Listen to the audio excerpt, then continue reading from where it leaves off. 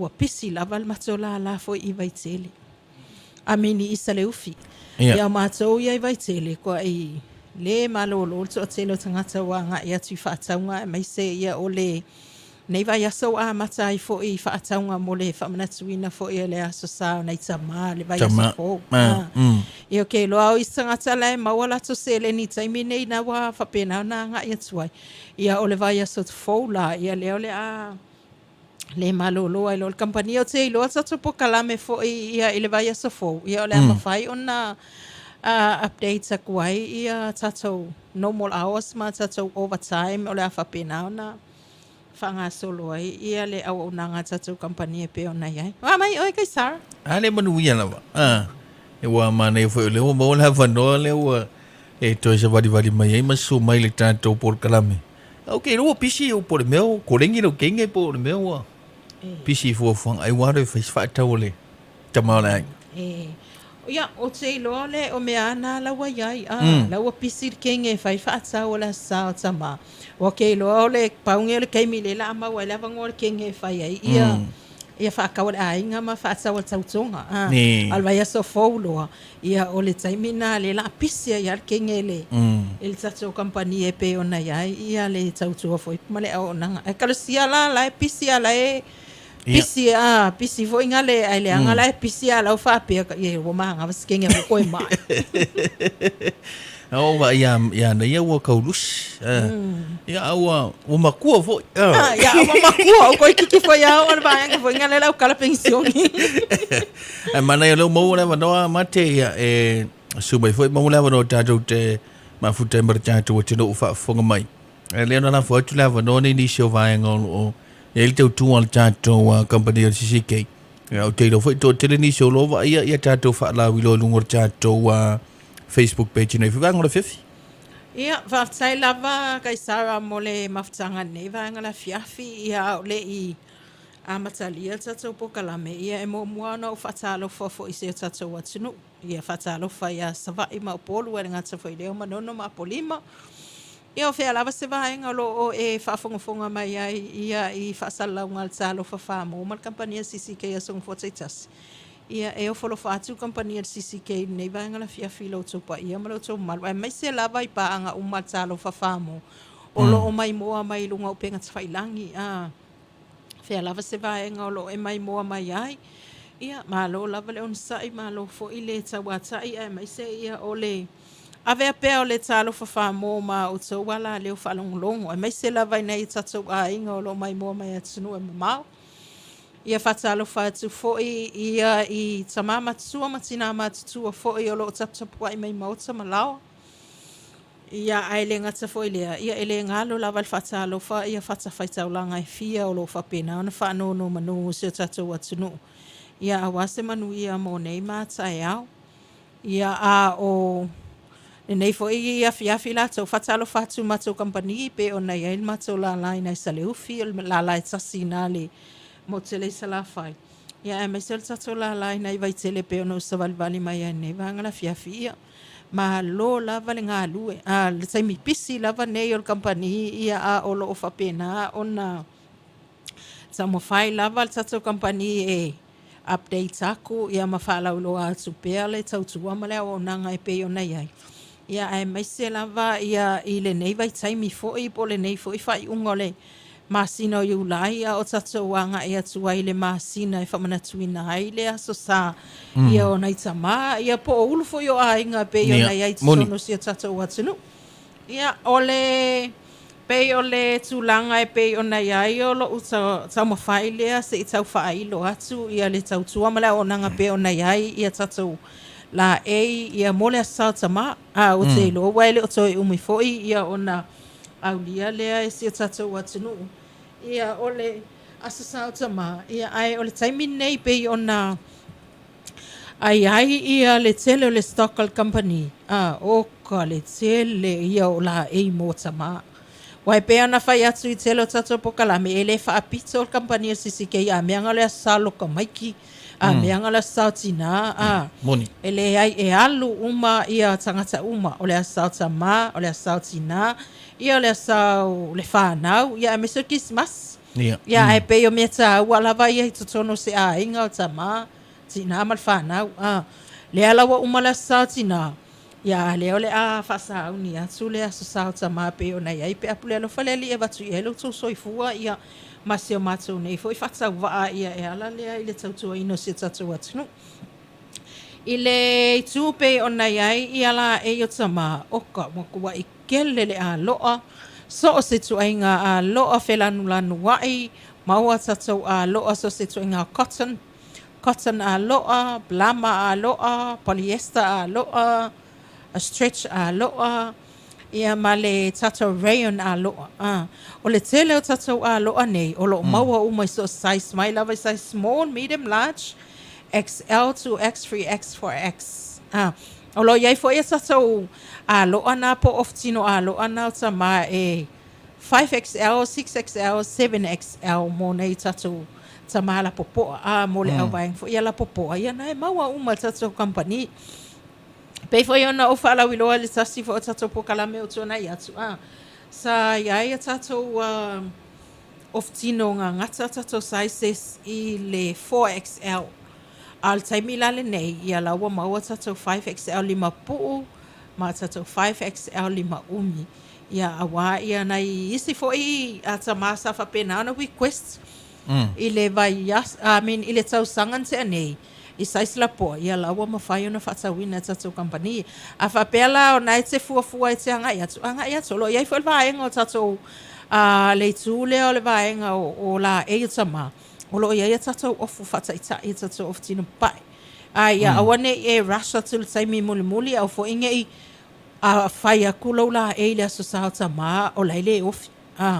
E fo siua ia fataita I leilo ofu tino malo ia whaitanga ia ai maise o lo pelau e le la fatawina pe a whai o e le la mautofi le aso sa. Ia o lo o whapena o na ia le tu o vaenga o tatou a whale o loa. Ia o lo mawhai o na ia tatou oftino nei. O lo iai foi lau whainga ruenga lau fofonga fia. E whainga o fie ma aunga o fie whataitai lau la e. Aua te matamuli wha pea a mea ole mea saoa ia mawhai o na aua foi se whelau taimi. Awa laike ala ku whakai ka ilo la e fo sua le alawa e alu ma lau la e le whale. A lawa wa e loa lawa fo sua e ofi le lo la e o le situ langa pe o na iai ia wa iai nisi fo ia tatou feedback I nisi o tatou asalta ma e a kua mai ia o le saisa le ai o saisa nga mantua o le e fa solo le tino ia la tau ele si le sapa ele tau sangan se nei ia le wa walunga ilunga tino wala po so ia le sawa ma le saisa fa pe ia le ai o saisa nga nga ia kau sange ngele ko me kau sange so e o ange la ile vai aso o le sa tama ia ko ia la le so fu so lu le kelele kai mi ai last minute ku la le sfala ile male stonai ia ese le fa no le tu langa le pena la tu ia bole ma wale size pe ona ia wai ile fa peta o fi ele malo le tu ona o atu e fa taula e ma fa tau foi o fu a wale sa tama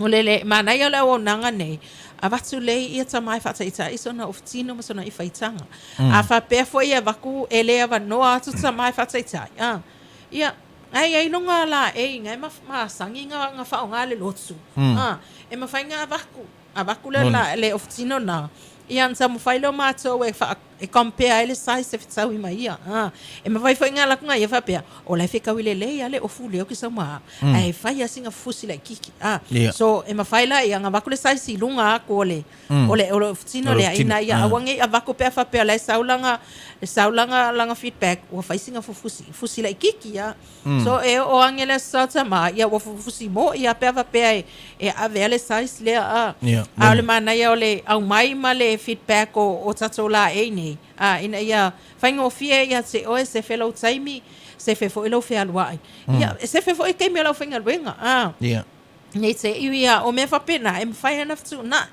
ia wai a lea luaku la next week wale mawale size ia wai ele mea wakupu e lako next week ia wale mawaku ia le materialize mga awai ia e maiso tatou loa ia wai lunga al Facebook e mwhai whaianga e awhapeo le te mai mua mai e tamo whai e follow le page o CCK e te mai moa ai ma e matamata ai le manai o tatou aloa.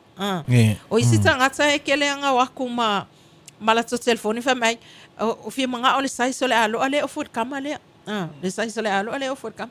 Ia whaingofia ia fo i o le natu langa. E pena iai, e mawhai ana update a le tele o tatou olo inunga tatou Facebook. Ai mai se o le tele o tatou New Stock na tau nu.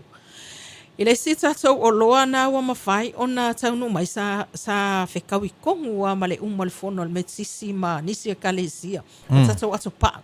Ato paa. O le tau nu ai o le ato paa o le matou company. Ia.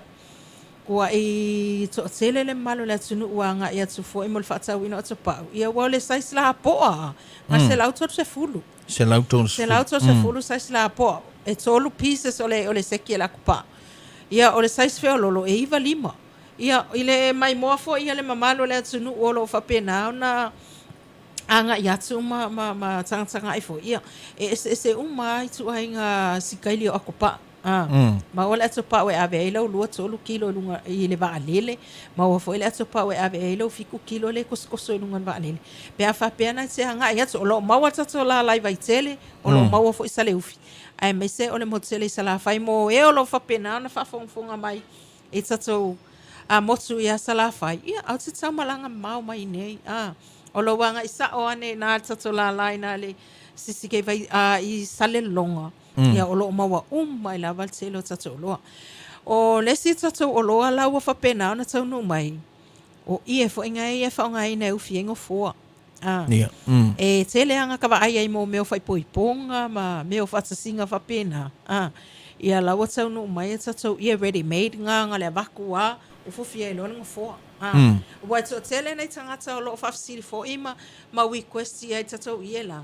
Ia lewa mawhai ona tau no mai tatou company MIC o le tele ai o loa la tau no mai tatou fale o loa o loa mo le whatotonga ino mo tsa malawa o loa pe o nei ai ia mo meo tanga solo vai ia o seki I afu ia mo meo solo ta ele ai mai se o tatou pou nga sa maua le si kaimi leo si o kilo koe maua ia o tatou o le tele na o tatou o loa pe whena ia tatou cushions mea uma whapena ia o lo o mo mawhai ona whatauina tatou company o lo o ia lava le taimi o le a mawhai ona tuina atu ailunga ai mo le taimi nei o lo o tau mawhai whailoa ma wha manatu sia tatou atinu le ala o mai le sata ma vai sau mea alo whamo tama e whatau songa a loa whatau songa I whaitanga a me se foi ia ngalo kele kako ua pelaue Nia. Kua I kele kako pelaue taimi nei size small up to 5X. Ia na alo maua taimi nei. E me se lau tatou I prints via po tatou I borders ngai e lunga tatou Facebook. Maua uma tatou size I le silver ma le gold. Ia ai mai se tatou alo. Pei fo I ona iai nisi fo I sa whapena nanga I atu. Ia o moto o ninga ale sata ma na wa mana ia wai ai ni se kalesia e fai ala to toninga I lotu le fiafi ia ai pe o kai awa ia pe o le white ale fa mamalu e ni se kalesia ia me se o to tele lava wai pe le mana ia yo le aso salsa ma le pai ai me se lava ile nei taimi la to ia se me alo fa fo I mota ma ia fa tawa sona I faitanga sona oftino ia ngalua koe foi la ia le koe mau vole si e fo ma le si of king of all le tau sanga ia ai mol taimi nei ia ta tolfa nau ai mai se o tina ia ol taimi ia nei e fai e se mea le lei mo tamai lo la tau aso o le si tu e pe ona fai lo atu fo ia nei tato pa anga o lo mai mo mai lunga Facebook ia mai e fo i lo fa pinana fa nga ina mai le au nanga le Samoan market ia o loa wanoa fo il tatou o nanga lea e whaingo fiato e vave. Ia, so tongi mai ai sau Talofa vouchers, amina sau vouchers I lunga Samoan market. Ia ona anga I mai leo si au ahainga e whaatau le pelau e tama. Ele ai fo se a whaina pe whapea lai, ia wamo melka mai e kele me mawhawhau ai. Ai o lai makua I fia manga o ata mai pela o lai makapakai lunga o le page CCK ia alfa lave lave ia ele mafai ona maua se leni e whaatau ai ai a wha pea lai te tango e wha surprise mai lo tamai so na pela o e fo so nga ia whaitanga so nga o futino Ia, atono le tasi leo mea taha ua fo'i ia ilona ia fo'i soifua. Ia o lewa maua longa i whaikanga fau, longa pelawe fau, malanga ofitino fau. Ai mai seo a loa ia so se a loa. Ia leo lo wa whapena na whatawina tato company. Pe ai whaungaina ma tato o nanga lea. A wao le, e alanga whaila o kala ile o nanga lea o le tutongi le vouchers i lunga le Samoan market. Whainga o fia to e vawe. Pe ke lafo mai ngei, ka whai mai elva e nga pe a whaitu la o fiki. Ia ona wala awa tu leo Samoan market, pe wala awa tu fo i mātou. Ia mea, o le watau no ula vouchers i ke anga i mai ai i le CCK. Pu le a o e po fea CCK i ke aluai. Po le a vele pisi o la sauta mai, whaingofie Samoan market. Whaingofie, ia, wai e alanga ka whai, ako le kele whare kaimi e lafo mai se lengi whare kupe. Ale mana ia Samoan market, ia nal totongi ia o lau whaatau lunga le Samoan market. Ia, masau leo lau ainga i nei i tala i nātua, i se la e fo ia me se me fa manatu ai fo ile nei aso south samala so na pela we fo ia so na i faitanga fo ai mai se ia o se ai man so fo ila le alu tatu special lungo sa tatu fata online ia po tatu vouchers tung online le se fulu pasene so se mai tatu fata ia mo le tala fata itai a fa pela le ke kango e la fo mai le lu se la we fata wai ia le ofitino a loa o a mea uma e fia mana o mia e tamā le asau tamā. Ia, e les no la ia supasene. E nai ai le se leni na tuto e mai le voucher lea. Ia, o le taimi tonu ana o e wa mau e lo mitiafu. Ma whaatau e lo ke ia le walaki a kuai ma o e la tau ia. Ia pea whapea e te whaongaina mai le tato o nanga na e lunga le. O le Samoan market e ala le i whaatau tutongi online. E tulanga o tantu se vai a mate. Ia o le taimi nei o leo lo o iai a tato se e vai le taimi nei. Ia ai le o tele se stoko iai. Ok, loa e le au lia tato. Le vai a sa fou i le tūlanga le pe o na iai a tato se e vai mo le a satama. Ia ai pe o le taimi nei ia makua e ke le ale la e. Ai alana o fai atu le taimi nei ia e a ngai atu ai ia i ke wakala o fai. Wai lako next week wa ke le a mea wa sioki. Ke le tato stock la wa out. Ia ai o le taimi nei e maua lo se leni. Ia. Fate alo. Kia. Pa fai anko e maua mea ai next week i kaloloa. O le taimi nei. Pa tau songa la e manua le maua le vanua. O okul vai aso le a lai whakai kai aku longa ofu kingo lai le ofi. Lai ke le le vangoe koe lako e koe sui. Moni. Pa ina ia keep lo li siki. E mawhai e ona fsu ia ile o loa. A whai o le sa e whaatau i sa le ofi. Ia kiplo li siki e ke alo e le ofi. Ia nkoe a vangele i sa le ofi e toi whafo ia. Pena fo tato o nanga nal sisi ke vaitele. Ai mai se ia o tato le night ia fe stofi. Ia o mātou le night ia wale tau whamatalanga le night ia tō tele o le atunu. Ia wa sila fia fo ile au o nanga tato la lai nai vaitele. Ia mana ia fo ile fi fela stofi e vatu e tamale a inga fata itai songa la e. Ia ai mai se fo ia o le nei vai taimi la tau ia o le pisi ai fo ia i whaataunga ia nge ke iwa ngalo ange se mea o longa o ngala e whaile aso sao tama. Ia alai mawale awa noa, alai fo e mawale taimi a nga ia tuai. Awa lava ia whaataunga i peo nei ai nei vai aso. Ia o le nei fo i vai taimi o le tuatele ia o nei taxi stand ngai sa o fiela tuto ningan matu company. O le mana ia foi o lea foi.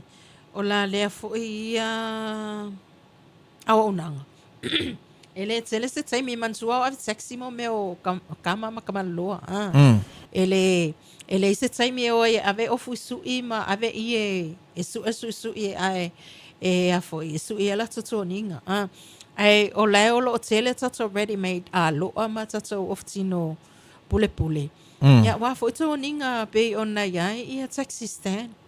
O le si ia tūlanga fo i pe ona ia o na o lo fa wa pe le super sene o tato. So ninga ta ofi. Ia ma tato to ninga fo inga le tu o tato materials po tato i. Ia nei fo ia so ia kwa i pisi ia le company fo i fa nga ina lato waipa wa ia le ia tō ninga tā ofi. Awa le olo o wha awa upe al tato super sene tato tō ninga. O super sene nā olo o iai foi ia le vaenga o tato fabrics. Olo o iai le tato 5 super sene o lo ia mal tatou tolu supasene ai mai se tatou su 5%. O pasene nei o naolo o ia vaenga o tatou fale o lo o separate ai. Ia wa lava nei ai nga foi mai foi lo fa penao na anga ia tu foi mo fatawinga materials. Le ia tatou ia na fa pa u le su 5%, e tatou ia na fa pa u ina tolu supasene, e foi tatou ia na wa fa pa u ina ile 5% po wa afa foi tsau. Ai le ngata foi le ia le supasene o tatou so ninga taufi ia na o lo fa penao na fa wa pe ai tono tatu company o le sila o lo ale wa a fa pa uina le sa a matsalva ya son tene tatu solta ele papai mai tono tatu company na wa se fulu tala vai le mana ia fo ia mai se la vai falsal maloma ma e fo yo lo fa penao na fa a tawina ia tatu a solta ele ia le wa mato i pa o maulalo i tatou fale o loa pe o nai ailo na la lai nai vai tele o sale ufi mal mo te sala fai ia nga walo i tatou seio o le tatou la nai vai tele na wa iai lava le faka nga wa mawhai o na tu uina ia tatou solota ele papa ia le walu umai al tatou seio le sutala ia awa ia nei foi fama ma avenga ma le nei foi vai tei me whaataunga Pei foi ona iai le fo wa iai e ona nei le na update ak wai ni se tatou se vai mota maloloa ia nga wa 5%. 5%. Wa i ma ngai ia le o nanga tatou company. Ia pe a fa pe te fa fonga mai ia mai moa mai fo i lunga tatou lai. Ia i o loa nei wa fa nga solo i tatou special. E le ma faina e maua nei fa mama avenga ma nei o loa wa fa apa uina ia la so pasene nei. Ia pea ele asia atu tatou company. Pea ona fai atu afa pea o ngaile o maua sa wava noa ile taimi nei ia i whaataunga foi a onga o tutuangia i lunga o ngaluenga o mea tamaiti a onga e meise ia o tutuangia foi whaale a inga ma mea e kalesia. Ia mana ia lau asia atu ina alta to la lai vai tele ile afiafi o la stofi. Ia awa lava ia nei foi o loa o lo whapena o na o tamo fai e fa la atu ia e mai se fa tanga mo le sa tama le si tatou o lo ala o tau no o tatou singlets mo tama lo ia po ma tatou mitia fo inga e we ai of tino tama lo ma o so se size a fa pe ona te fo te anga ia tu ia e te mau ina sale longa te mau sale ufi ma tatou la lai baitele ia e fu ai o ele vai nga lo fa pena fa fa ngo fi te o ona e mo lau ferwa awa pe a fa ka inga la fa pe o le te fa fonga mai nai i savai ia anga ia nei na tatou la nei sale longa o le si tatou iena wa fa pe na tau no mai le fa tawina e tangata nei vai tai tatou e faitanga wai ai si lanu na fa popo tatou e faitanga o nisi foi o e faitanga pe ona e tatou e faitanga maroon e faitanga lango grey e pole efu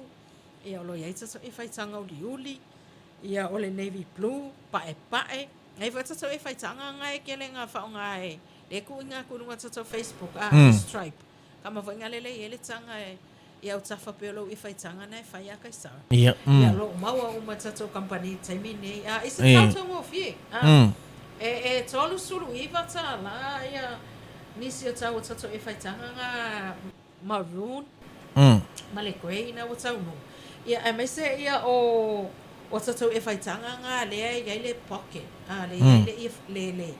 le tanga ia o tafa ia awa foi se e faitanga mo lo mo sio tamani tau sanga a fai sa e fai kanga plain tau sanga te ani ia mama ia lai fa manatu ane lua felua ono le asa tama iso na e faitanga le ia e suifo ia e no foi kamai fai skai le o fia o ko pe ona ia ile nei vai sai mi foi fatsa o tatou le sa mo la ia moni o tu mawel meta si vai e fa pe ia ile fai kanga la sko inga fai le kausan ke ngene ko ai oso kuran ko inga mana fai kanga le pocket au ka fa le tanga au ka fa ia ele mai ko inga le foi improve le style ko inga mai foi inga vengo fia foi pouca la ela foco cupe vengo fia nga ko ale mana e tatu e foi tanga pa ele tu vai tu ia mate I mamanu I teu mai tātou e paipa. Ole ngai o ngai I whaikanga ngai sa o lei o e a makuala. A whapea ngai fua e whanongolongo me te mau o ele whai ele item fo inga le aso sa. Ia lai la foko e se deni. Ia ua mamao ke lele kanga le ofukinga wani. Ka waku te lau. longo vie. Ai. Ngai komo sa o le lima e kongo le whaikanga. Kua I ko kongo le kupele la kua. Ia, ole ala le Koko karakala la I de whale. Kua ngumi whakasia ka kala ai le la le maua nga ia. Ai le angala le la kulo ka kala le whaikanga ai la kuku. Ai ia. Maua lo makua. Ia wale ai la basi au ngā whau. Ai langa tupele I tono langa tanga. Ole mana ia o tatau I whaitanga. Maua so se sais. Mai ai sais la iki kau sais la popoa. Ole sa tama. Ia awa fo ia whaataunga pe ona sila fia se tatau atinu. Ai mai ka ai mese ka ko I whaikanga ngai le coat ma le siva le prints. O tau sangan te ane, ele I o mako I whaikanga le siva iskai whapenga. I le vai aso la sa tama. I la va ai fo ila ia I le nei tau sanga I le mai moa fo ia le tatau atinu ia I le whamana tuina la sa tama. Ia o taimi ia le nei. Mau alo se le ni whaatau lo la e o tama. Ia o kulol vai aso le ia le koe ang olo esu se pelau I whaikanga o fukinga o fusiua. Singlets a loa. Ia toa mea uma. Toa mea uma. Ia ngal whaakau wala ia le mea tau sami ma le mea ai tau le vai aso fo. Ia ala ua mga mafola o mala e o tama I tono o le ato pa o le sa whatawina atu tato company. Ia me se o le tau tua ma le o nanga pe o nei ai ia le tele o tatou o loa fou na o tau nu. I le taimi nei ia I le vava ai ai le company. O le mana ia o le to a tele o nai tangata fo I o loo anga I atu. Ia ai mai se lava ia I le to a tele fo I o nai a inga fo I malanga mai atu nu e mamau. Ia na o loo a fea le matou company ia lai I le tele o mamanu fo o ie ai mai se ia o tatou mitiafu Samoa. Ia o le kele fo ia o la e il whanau na wa tau nu. A wai pea o whai aku. Ele na o le asata maa fo ngai wa whaapito ina o le asata maa. Sau whakasi ma dresses ma la e tina e la to skirts. Ia ai mai se ia o la e fo il whanau I tu piece mitiafu ia o skirts. Ia o la to tight ma so se la e lava. Ia mai se na ia I le va inga tatou whale o loa na wa ia I tatou o loa na whanga solo e tatou tolu super sen. O le mako I kele o special ai alu tatou company taimi nei. Ia alfa la vela ia e tele ana le sila fia le malo le tunu. E fo I o lo o whapena e le o whaunga ina tatou au nanga talo fa mo fa fonga me ia fia so fonga. Ia alma na ia o le afi nei. Se mala ma uma ia ma e lo ai o lo ana o lo whapena na whanga solo e tatou special. Ai me se o loa nga sa whapenganga e laku la ele o afode lau se ele ni le iai. Le wapa u mai le taimi nei. Ia me se o tatou solta ele le wapa u ina sutala. O le mana e fo tatou special ia mate. Mo ilan tau fo I e o ni se o tarawo mai ka le sia le o wala au lia fa fifir te wila. A tono se va no ta o fo li nei ia mo le no sila fia I tapena nga uma wai uma lana sa tama ia tapena ro fo I tatou te wila. Ia, whaftai, e sa le alau sa noanga ia nisi o talawo ma nisi fo I o wha laptop songa le wa wha tō ai atu ala tō tōninga. O le mana ia sa le alau sa noanga kai Sara. Ia, o le masina I o le mea vave. Ia, ina umai ulai. Ia, a maka kuloa au kuso ia le pa o le sa tama. Ia, uma fo ilo ala sa tama. Ia, te wila lua. Te wila. Ia, le o mana ia e o oku ia ele masinga te wila. Ia, alawa whapenao na sero tōninga sa whapena ona ta au mai a fo I mai tatou company. Ia, mai se tatou special ngai alu. Le tua tatou ia ngai su 5%, tolu supasene, 5 supasene. Ia, waiva ai, e se le whamama avenga o tatou company ia lai materials ma ia o lo whatawina. Ia, mai se le tele o tatou new stock na o tau nu. Tatou ia o whelanu lanu wai. Ia, mai se ile nei fo I vai taimi. Ia ngai olo o kele ka kou ie vo ngai e sulu fefe au. Pe ole ie mamanu vo ngai le su I mo le sulu ina e fefe au ma tama fo I pe o me vo ngai e o ai fontanga le nuu me fatisi fa pena. Ia la olo o tele tatou ie sulu fu spau. Ia me se tatou ie plain wa ia ngisi o o tama fo i ele fia ma le inkalesi la ko i faikanga ia o e fia la ko i sufu spa na lo ma wata to i sufu spa plain ia ai mai se to i faitanga ia mo e fo i lo fa pena na le fia i to i faitanga ele formula ko ia i faitanga ia ai formula ko i nga peo ko nga ia fanga mo se kala fakai ia sulu au Awa oi madua ma piula ma Matiro malo vo ili. Ia matiro malo. Ia wa tele na faonga ina la salsa ma mo sai mi i le fa ala ulo atu ai si tatu watu. Ia pe fa pe ona e tau fua se fa le te anga isa o yai. Ia ne wa fa ya tu ia te o ia lo wanga isa o tu tatu company. Ia wa lo fo tau tatu company e pe ona ia CCK nei fo i vai taimi ia mai la vai la so se ko u ke fa nga mai ia o le vanga o fa longo a me o le ia CCK ia le ala o mai ai ngai kai mi ia la wa e lo makua e ai la kiki ia mai le kala yo malo la vale un sai malo fo le tsa wa tai ia fa sala fo fa to fo ia e fo ia lo mai mo mai lunga tato Facebook live nei vai ngala fiafi fa sala fo fa pizza tu ai I le faletua ia timu e noka ia o lo mafuta mai nai overseas ia o paanga lava ia al company CCK o lo fia lava e mai mo mai ma fatau foi ia I le tautua mala o nanga tatu company le uso ia timu e noka ia pe ona mai mo mai ai lunga tatu Facebook live ia ai afa peo le fatua e ma ua mai tatu a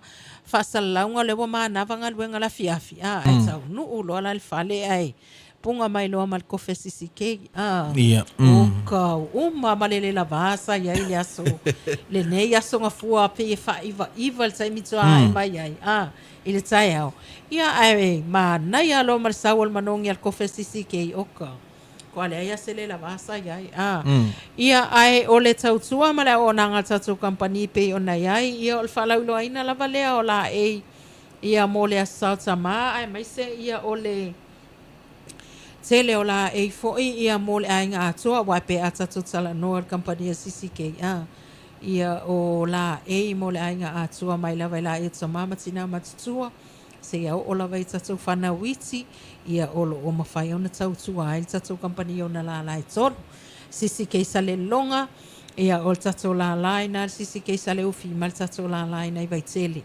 ia e pe ona ia matua o lo o ia tatu le nai te whaia ia fia so tofi ia ina tatu la lai vai tene ia e te asiasi ane iai ia wa foi ia le sa ilia foi ia oni la e mo le satama ia me se ia o tatu o lo fo na o tau no o po tatu new stock tau no o tatu containers le vai asunti ane ia le wa fatsa wina o le sia tatu o lo le wa o toman tu atu tele tatu tau talinga a fai o ele sa e ku ala ku e sa ili o tau talinga ele I tau no tatu stock ia le wa o fai lo atu na o matua I mana na ia tele o tau talinga na o tau no mo tama itai ia awa foi ia nisi foi fatsinga te awa ia tu iai ai mai se o tatu seki seki tau talinga na mo e foi o lo fa pena so sa ilia e mai se la vai me foi ngai o ke ungo fai poiponga e fa ngai ne sa so seki ia o le ula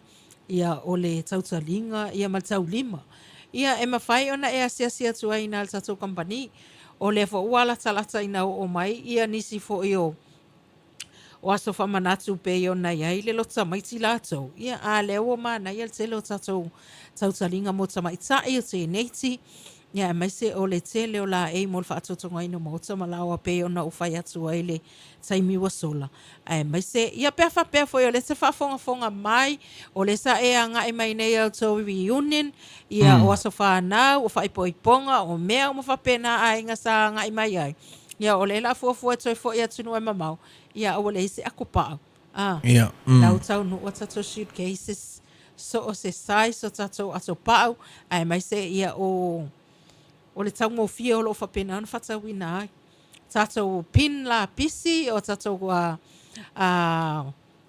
pe o tato kapu ia maletele o tato o loana pe ona o fai aso mana na ia o tato tanga solo vai na o tau no a tato cushions ma tato o loa na mo le whaatotonga ina ma o tamalawa.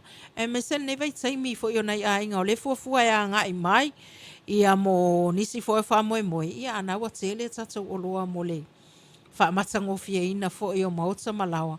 Ia me sen nei vai taimi o talinga malo. Ia ma le tele lava fuafuanga pe o nei ai wale o keiloa. Ia wa tele lava nei a inga o le fuisa ngai mai mo tafaonga, ia o fonotanga e kalesia, ia o aso whanau ma lato reunion. Ia o leo wa toi fo i atunu e mamau mai ma atunu u fo i o lo o au mawai. Ia o lo o iai lava nisi o lo toi i nei tatu watunu. Ai a whapela o nai e te fuafua e te angai ma e toi fo i atunu e mau. Ia stop by ane tatu la lai nai vai tele sale ufim sale longa. E mai mo aile au o nanga tatu company. E me se lava i e fo i pe o na iai. Pea whapea o le te fuafua toi foi. Ia wau ni sina o loa e whai mea alo whai atunu e mau. Mo ia sui ofu. Wai kele le feedback a tangata mai whafota te whalangolongo e. Mai oka le mananaia ia o materials ma pule o ia Samoa. E le pe o lato watunu. Ai mo le sila fia le tato watunu. Ia. Nga alo o tele tato ia fōuna o taunu mai. Ia mai se o le tele o le stock na wa mawhai o na updates kongo tato whale o loa. Ia ma o loa lava mo le vai taimi nei wa o le vai aso fau pea pule alo whale li e watu i alo tō soifua ma se matau nei ola. Ia o le vai aso le ala satama. Koe paualan nge i o le vai aso vai patau ma le vai aso fau.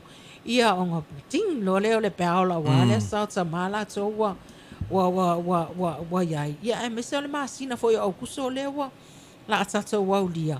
Ia i whai ngā whaatau e pei o na iai. O le si a tatou o loa nea, o lo whaatau e tangata mo atunu e mau tatou kofi. Ia. Me ka ngaka e alfa akasi ale koko Samoa ma le kofi na i New Zealand. New Zealand. Ia mātou o malanga ia na o mai. Fia ia ingur kofi CCK. Usa la e o mai mawhang kofi mai o la tō atunu. Ia ai le fia ingu e la ko e mai ma ngai al kofi CCK. Manongi. Manongi. Ia ai me se le mana i o le taste le ia la tō. Ia pea whapea o nai tele i ma wai ave ka kofi na ia tunu e mau. Le ai o ke whai aku o le tasi leo o loa le ai e le afolo e tangata na whaatau le koko Samoa. Ia wa atu lo whaatau le kofi. Ia wa kama ia e wakulo ku whapea ku whangar koko Samoa vo inga lei o wai ma ngai so o se size e mau fo i tatou kofi we back nga. Ia wana i tatou a inga o lo o whaatali mai. Ia mai e fo i o lo o whapea nao na whaamuli mai atunu e mamau. Ia ka ungu ulola e kofu aku ulola mari kofe le CCK. O ka semana i. Pe ia la ingu kofe ngi i Samoa. Ai awa ai pepa kofi pe rewa iana ia. Ave sao. Ava ai pepa kofe. Pe ia le akona ia la ilumal mea la ia le kofe. O le mana ia foi na le promoting o tatou kofe. O wala e whai mai ka. O le kofe la le pisa ia na ia. Ale ala ingu na yo ke le lola ele ai le pepelo na ele o ingu kofe le. Fo le vili aku nge ia le fa mai ia wo fa mai fo isi so ia na ia salo le ia elen fa malolonga ia o na ia. Ngana ingu na ia T-Pex. Ko angala ingu kofe sisi ke ngai ai malo waka ngai fa mai ai sala. O ko ingu T-Pex. Ia ma na ia television o walo ma na ia le one of the fear that to do and fa ona ave tato kofe ia to do mau. Whai mai ngai isi tangata fo ia ngai mai. E mau ai o ia sunu e mamau. Ia ai o kama fo ngai e wako e whakau i o la vaenga lai o ai pe e mau alo le avangwa e o mai ai ngai Samoa. Mako i la o lor kofe. Wai mana ia mau fo i peke la iki. Peke feo lolo.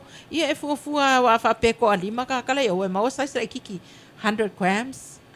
Kamalanga e wakuloha whare kufa la ko ia o pe ia lai kufa koko Samoa fo ingale o le mana ia fo ia o le tautua mana o nanga tatou kofe pe ana o whai atu o le aso ngafua so lua so lulu ia o le kiliva na kiliva tatou motu ne o por ia ona ave lo le lava no ia lo le kiliva sa va ele ia se kiliva fo ia nai fale o lo fo impisi sinale mo se sala fai la fai mai ala wa ngai ala komo o le mele le mau polu ele le fo mo sala fai pe la nga ia le ala mau ai ile mai ona ia le ala fe mele le mau polu le ingo o polu kofi ala ingun mai lo na ia o sa va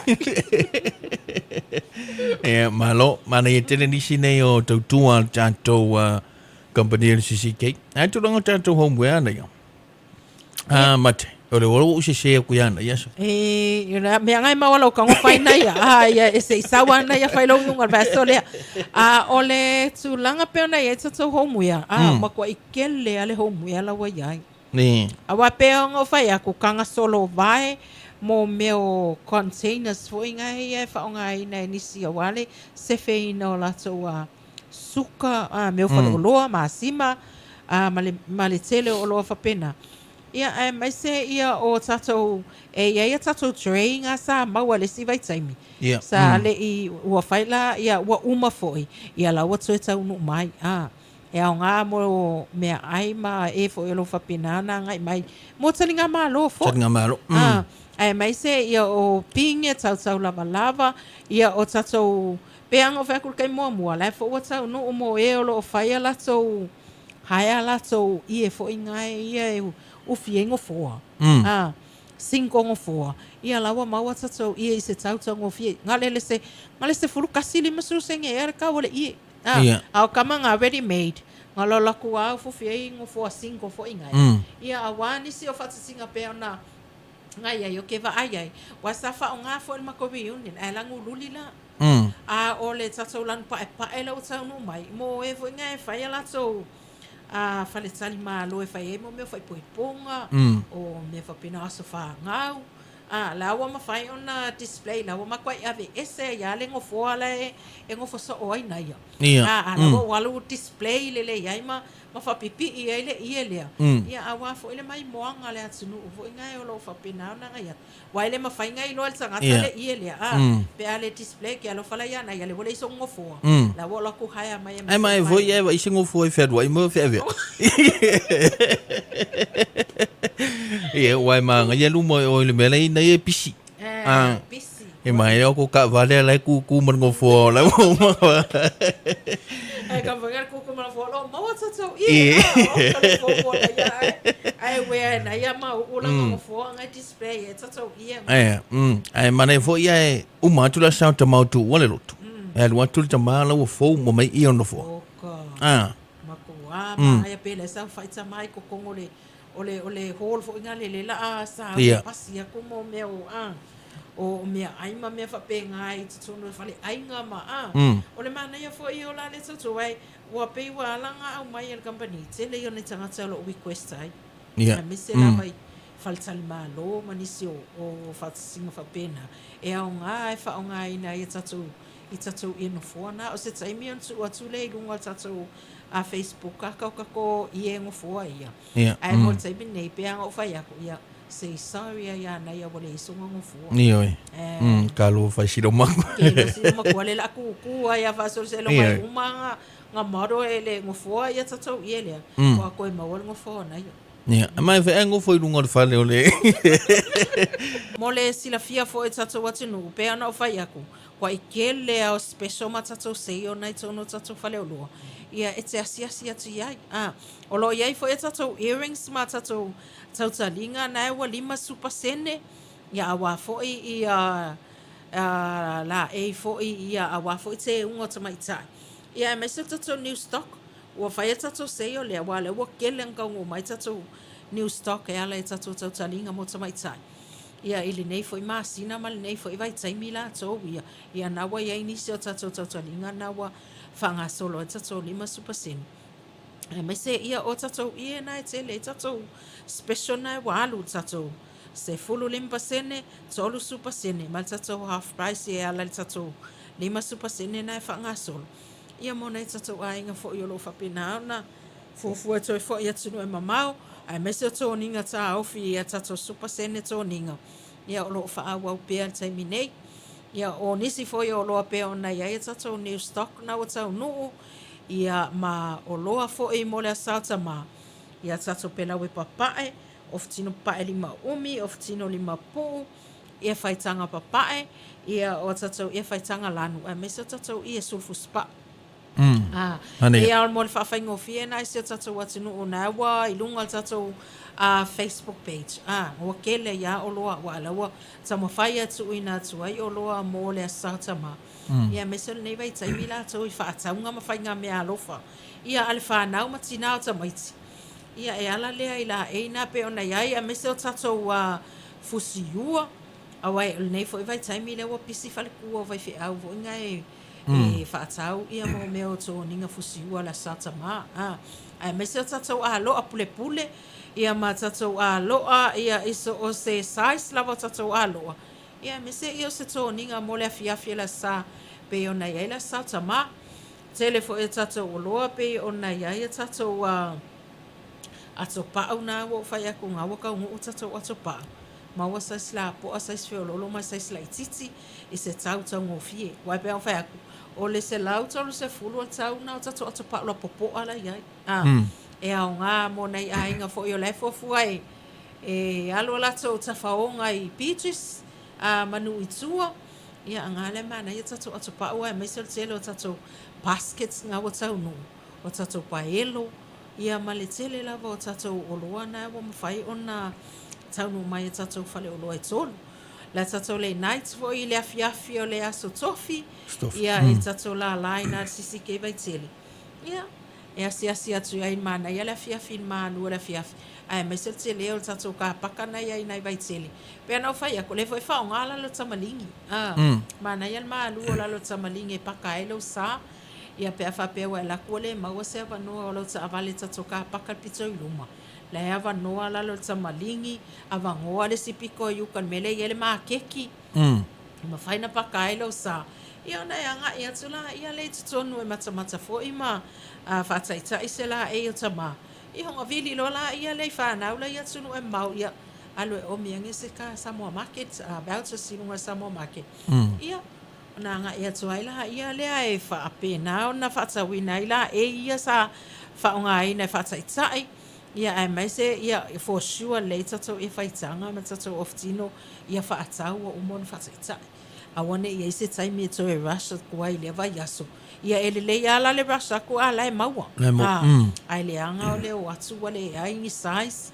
ia po ua sioki foʻi size o le tatou faleoloa ia a o le tala faigofie aga faataʻitaʻi se laʻei faataʻitaʻi o loo iai e tatou display gae ua uma ona faatautau ia auā lava ia nai e tatou tamā foʻi ma tagata agaʻi atu ia a le mau foi se avanoa tamā lea ua faigofia gavakuloga aloa le faaaogā pe atu lona ofitino le faaaogā le lotu ia e faataʻitaʻi ai soga ofikigo ia oo atu le asao tamā ia a lae ua fuasua le ofi la e tamā pei foʻi ona silafia foʻi ia o lae o loo tele a tatou lalai nai vaitele gai ai le vaega o tatou faleoloa gai alu i tatou sei 5% mo la e ia maise o le vaega nae o loo pipii ai le tatou 5% ia o loa na loo faagasolo ai la tatou sei o loo iai foʻi le itu o loo mafai ona e tagatagaʻi ai pea e afea na e ua faapipii ai le tatou sei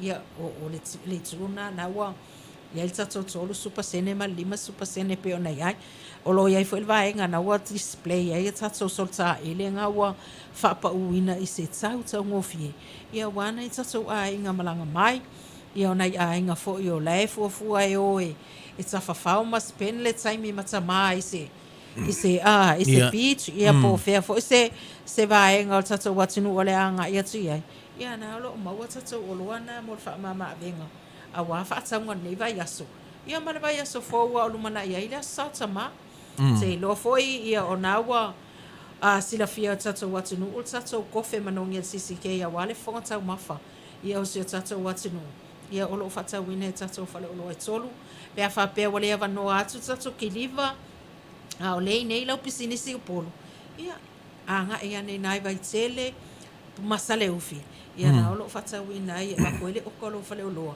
nei te ua sioki le tatou kofe auā le foga taumafa se o tatou atunuu ia pe ai foʻi se kaimisioki ai ae mo le faafaigofia ua e kukusa le kauga e faakau ai tatou kiliva ia ma le kau le faatauina ai faleoloa ua e tatou kapani o loo faapena ona gaosia le kofe CCK ia o loo faatauina i se tautaugofie ia o te iloa foʻi ia o lea ua tele lava ina lausilafia i se tatou atunuu le auaunaga ma le tautua a le tatou kampani ia ua uma ai foʻi ma le tatou taimi lenei afiafi e vatu le Whaftaitele lava I lau sunga.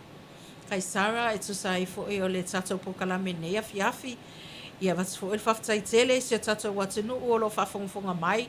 Ia ma avea pea le ala leo le Talofa whaamo ma tatou kampania whiawhia songfua. Ia mai moa mai ai a wā fo I ia nisi fo I o whaalawiloa e mai se o tautua ma o nanga tatou kampania. Ia ma le tautua pe o nei ai tatou Samoa make lo lo whaungaina. Ia e nei tatou a inga fo e atunu e mamau.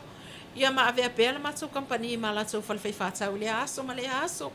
Ia ai le tu ua le na fua ne nei a fiafi ia e a watu foi ia malu I puenga foi se o tatou atunu I se upu foi ma se whamatalanga wale tau tamali le nei a fiafi.